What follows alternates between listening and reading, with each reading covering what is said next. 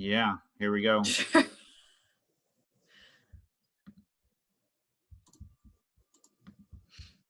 Tom, I forget how to.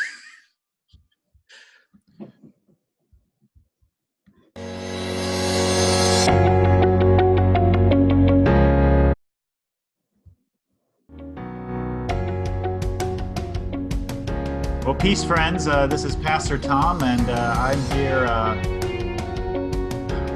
with the first of this newly kind of video podcast that we're trying. We're still kind of stumbling our way through it, but I've decided to call this podcast Our Daily Shelter because we're all sheltering in place, and I was reminded in that word shelter of Psalm 91. The psalmist says, "Those who live in the shelter of the Most High will find rest in the shadow of the Almighty." And so this time of sheltering in place can be a kind of time of living in the shelter of God. And yet in the midst of that, there's stresses of what it's like to be living in under the roof, not being able to get out as much, and living with your spouse and kids. Not getting into your workplace 24/7. So I wanted to pull together some of the experts that are in our church and to have them give us some help to be a kind of means of God's grace with us through this time, to be a place that perhaps God can help us live in the shelter of God through the grace of the community here electronically. So today, we're kicking this off with Damaris Garcia. Damaris is a licensed professional counselor that has worked with Sycamore Creek for, has it been about a year now or so? It's been a year and a half. About a year and a half, yeah. It's been a little while. So you've been seeing people at our South Lansing campus and really all of our campuses. And I know I've heard several people who said just how helpful you've been. All kinds of different situations. Jeremy Cracky, our worship arts guy, is on the line as well, or on the video, because he's going to be kind of following the Q&A and pitching us some questions here a little bit. So, Damaris, I wanted to start out just kind of understanding your own situation that you find yourself in, and where have you seen kind of God's grace unexpectedly show up in your own life? I mean, we're talking about mental health today, but you're just because you're a counselor doesn't mean you're not stressed out and anxious. Oh, yeah. And so on. So where has God met you in the midst of that here in the last week or two? Yeah. So I actually was the first person in the practice I met to switch to telehealth because I actually am a bit at a higher risk for being severely ill if I were to get the coronavirus. So that was actually a really hard decision and really stressful to think about, what was this going to mean for my caseload, for how many clients I was seeing. And it is something, right? I did see a change, and in the midst of that, it has reminded me that I have to trust in God, that really I'm able to do what I do by his grace. I believe he called me to be a counselor, and I think that because God has a call on all of our lives, that we can trust him to take care of us, even when it doesn't feel comfortable. I think, right, there's a verse, and I'm terrible at remembering where Bible, but it talks Google about has made us all dumb. We just type in the phrase that we know, and it pops up, right? It's so true, but it talks about how he takes care of the birds and the even plants, right? And gives them what they need. So how much more does he actually care about us who are his children? Yeah. I think that's something that I've really found comfort in, is we're having to reassess finances, and even what does this look like as far as having to work from home and how many people I'm able to work with. Is that I know that this is super uncomfortable and it's not where most of us want to be, and being reminded that we have what we have because of God. Yeah. I think the verse that you're thinking about is in Matthew 6. It's Jesus talking about look at the flowers of the field and the birds of the air, and God even Yes. takes care of those things. Well, I see that we do have some live participants on the webinar right now, and we're streaming to Facebook. And so Jeremy is going to be paying attention to the Q&A there. So if you have some questions for Damaris that you'd like to answer, like her to answer, you can put those in the Q&A, and Jeremy will be paying attention to that. He'll ask us them in a little bit. But Damaris, as we kick it off here, you know, I don't want this to go on for an hour, so I was imagining these podcasts to be about 20 minutes long or so. So we had to really cut to the chase. If there's one thing that's really important for people to know or to do about their mental health in the next weeks or months, hopefully not too many months, what is it that they need to know or do to be well? Yeah, so I think this is a really good time to, like, if you've worked with a therapist and they've given you skills, this is a time to really work on those. A lot of us use our lives as a way to distract us from our own discomfort and our thoughts, and because using skills like thought redirection and meditation, like being still, are super hard. Like it's hard for me, right? Like I get that it's difficult, and I think this is in some ways a beautiful gift to take this time and actually like really dig in. Like, and acknowledging that it's super hard. Like you can sit there and be like, this is really difficult, I'm going to try it.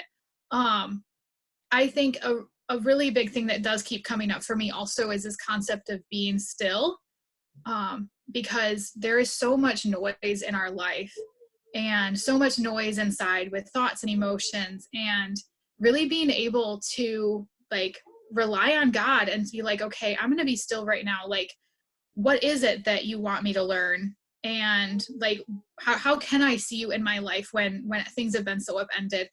So I'd say, right, like use the thought redirection skills and like really like dig into the discomfort of being still. You just used a phrase, thought redirection skills. Yes. Should tell us just about one skill. Like what's a thought redirection skill? Yeah, so something that's really simple is taking a token, and you put it somewhere where you look really frequently, and that can be like there's going to be a phrase that you come up with that you need to be reminded of, like we'll survive this, like I'm not alone even though it feels like it, or something that you really struggle with. Like you choose the opposite phrase, and every time you see that token or item or sticker, you're going to be reminded to think of that phrase. Or like people would put like rubber bands or bracelets on for this. Yeah. This sort of reminds me of how Christians often hang up. In fact, even at Sycamore Creek, we'll give little memory verses for people to take home and to put up, and to in a place where people will remember them. Like, for example, Psalm 91:1 might be a really good one there. Those who live in the shelter of the Most High will find rest in the shadow of the Almighty. Or when you were talking about being still, I think about Psalm 46:10, be still and know that I am God. Yes, that's kind of where I was coming up with that. I was talking with a client, and I think it's a DC Talk song that's like, still and know that. I'm not going to keep singing because nobody wants to hear that, but that's something that's kind of been going on in repeat in my head. Yeah. I'm surprised that I wouldn't have thought you were old enough to remember or know DC Talk. No, I love DC Talk. All right. So you were saying, if a therapist is giving you something to do for your anxiety or stress or depression, or this is a good time to really dig into practicing that. Yes. Whether it's these thought redirection things or being still. Tell us more about being still. So being still is really uncomfortable. I think it can look like meditation. It can look like turning on some worship music and just sitting there and like being in the presence of God, and really asking like, okay, what is going on inside of me? like, how much time have you been spending on your phone watching TV? I'm sure everybody's screen time is going to be up, and it's saying, okay, how can I disconnect and just be right now? Because watching TV and being on screens in general actually makes anxiety worse. Like, if you sit on your phone for 5 hours, I can guarantee that at the end of that 5 hours, you're going to have a ton of anxiety. So it's saying, okay, how can I just be in this silence and like deal with boredom? Because that's something that we tend to, like, we chase getting away from boredom. Yeah, that sort of reminds me of some reading I've done around acceptance and commitment therapy, where you just accept, I'm bored, accept that I'm sheltering in place, Yeah. and you are willing to then live in whatever it is that comes in the midst of that. Right. That it is okay to be uncomfortable. Like, we have pleasant emotions and we have unpleasant emotions, and nobody likes feeling unpleasant emotions. And there's a reason that we have them. There is a purpose for them. Yeah. It strikes me, I see some people putting some questions in, and so we want to encourage people to continue to put those questions in. We're going to get to them in just a little bit.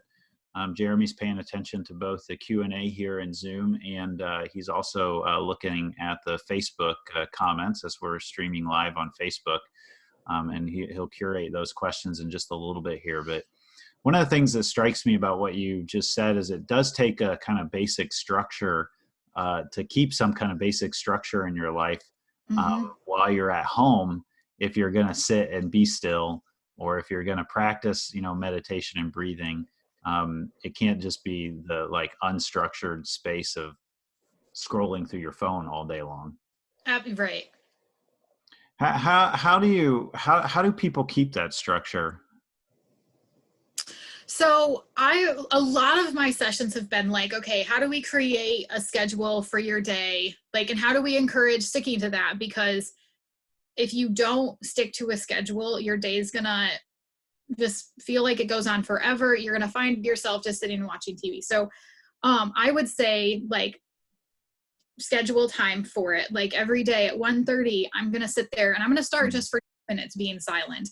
Don't shoot for anything really big. Like, if you hit 2 minutes and you feel like you can keep going, especially if you have little kids, getting little kids to sit down and be silent, because you can pull them into this. Try 30 seconds. But like, make it intentional. Pick the same time every day, or a couple times every day. We're kind of jumping into tomorrow's topic with kids, but I've been surprised. I found some breathing and meditation videos on Google for kids, and we've sat, they're like 4 to 5 minute videos, and we've sat or stood and done those together. And I've been surprised at how my 6-year-old and 9-year-old have participated in that. Hey, Jeremy, you've been paying attention here. We're gonna let you unmute yourself and come in. You want to pitch Damaris a question or two? Damaris, that's perfect information for those of us stuck at home. I appreciated your perspective on figuring out how to create a schedule and to maybe distance ourselves from the screens.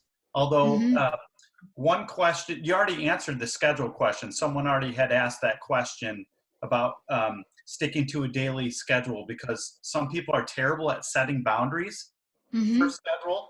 And so to ad-lib off of that question, I wonder, how do we set up boundaries with our loved ones if we need that daily structure or that quiet time? How would you recommend we talk to our spouses or our loved ones or even our kids? And we'll talk more about kids tomorrow, but how do we healthily set up boundaries? Yeah, that's a really good question, because this is so different. Like, boundaries are going to look really different, and it's going to be really messy. So I think the first thing to remember with that is that this is going to be really messy. It's not going to like work perfectly. And so I would say, remember, like, that this is going to take some endurance. This is going to take like daily effort of reminding your family of, like, at 3 p.m. on Thursdays, mom gets alone time, and like, you're going to have to do something else. And it's going to be an hour, and it's like maybe starting out having a family meeting, being like, this is changing everybody's schedules. We're really going to have to work together to survive in the same house. So I would say the first step, set a family meeting. Yeah, that's a great idea. I know Sarah and I've had to up our communication game. Hmm. We used to have a calendar meeting once a week, and now we almost have to have one once a day. Oh, yeah. Um, One more so one more okay, question, Damaris. Um, a follower this afternoon just said that boredom isn't the problem, perhaps, but maybe there's challenges of being distant from people. Hmm. One challenge might be flashbacks of being distant from people, and another one might be like the lack of personal contact. And so, Hmm. how would you recommend someone gets through those hurdles of the past affecting what's present right now? So I would recommend, like first off, like that's really difficult. And I would recommend using some like physical touch self-soothing skills. And it's not going to be the same as getting physical touch from another person. But even something as simple as like just like sitting there and rubbing your arm. So a lot of studies have shown us that using self-soothing techniques can really lower blood pressure, they can lower your heart rate, they can help your body relax. So it might not be the same as getting that physical touch from another person, but it actually really can be effective. It's just kind of getting through that like discomfort that this isn't ideally what I would like. And as far as like the isolation, I think it can be helpful to see if there's anyone where like at the same time every week you can make sure you're checking in and you can do like a Skype call. If you have people that are really close, like ask them to check on you. yeah. Damaris, we want to end these podcasts each time just asking how we can be in prayer for you. And so tell us a little bit about how those who are listening today can pray for you. Yeah, so I think something that could be helpful is just pray for like my own strength. I'm to be able to be present with people and to they the way that they need to, that I'll be like in tune with my clients. Yeah. Friends, I want to invite you to join me in prayer for Damaris right now. I know you're probably having this experience like where, as a counselor, you're usually face to face with somebody, but now you're doing this digital thing, and that's no easier than necessarily. It's harder. What you normally do. So, join me, friends, in praying for Damaris. God, we give you thanks for the chance to connect in the way that we can here, and the way that Damaris is able to connect with her clients, and probably many of us have been able to connect with counselors and therapists as well through digital media. We ask for her that connection to still be strong, for your grace to work through her in the lives of those who she counsel. We ask all these things in the name of Jesus and the power of your Spirit, and all who agreed said, Amen. Thank you. So, Damaris, I've got some things up here on the screen here, how people can stay in touch with you. The counselor at sycamorecreekchurch.org, or there's your phone number. And they can call or text that phone number. And they can actually set up appointments with you right now, digitally. Well, hey, friends, we are excited that tomorrow we get to have on another a great counselor here in our church, Jana Opperly, who is the wife of Mark Opperly, or maybe I should say Mark is her husband. Mark is our campus pastor out at our Potterville campus. And Jana is a child psychologist and the director of MSU's PhD program. And she's going to be talking about kid management. So those of us who are parents all of a sudden are with our kids 24/7. We are their teachers and all kinds of stuff. So so come back tomorrow. I want to say that's at, let me see. What time is that at? That's at 4:30 tomorrow. And then on Saturday at 1 o'clock, we're going to have Rebecca Fitton on, who is also a counselor. And we're going to talk about relationships. So so log back in or check us out. We will see you in a little bit tomorrow, actually. For now, let's remember Psalm 91. Those who live in the shelter of the Most High will find rest in the shadow of the Almighty. Peace, friends.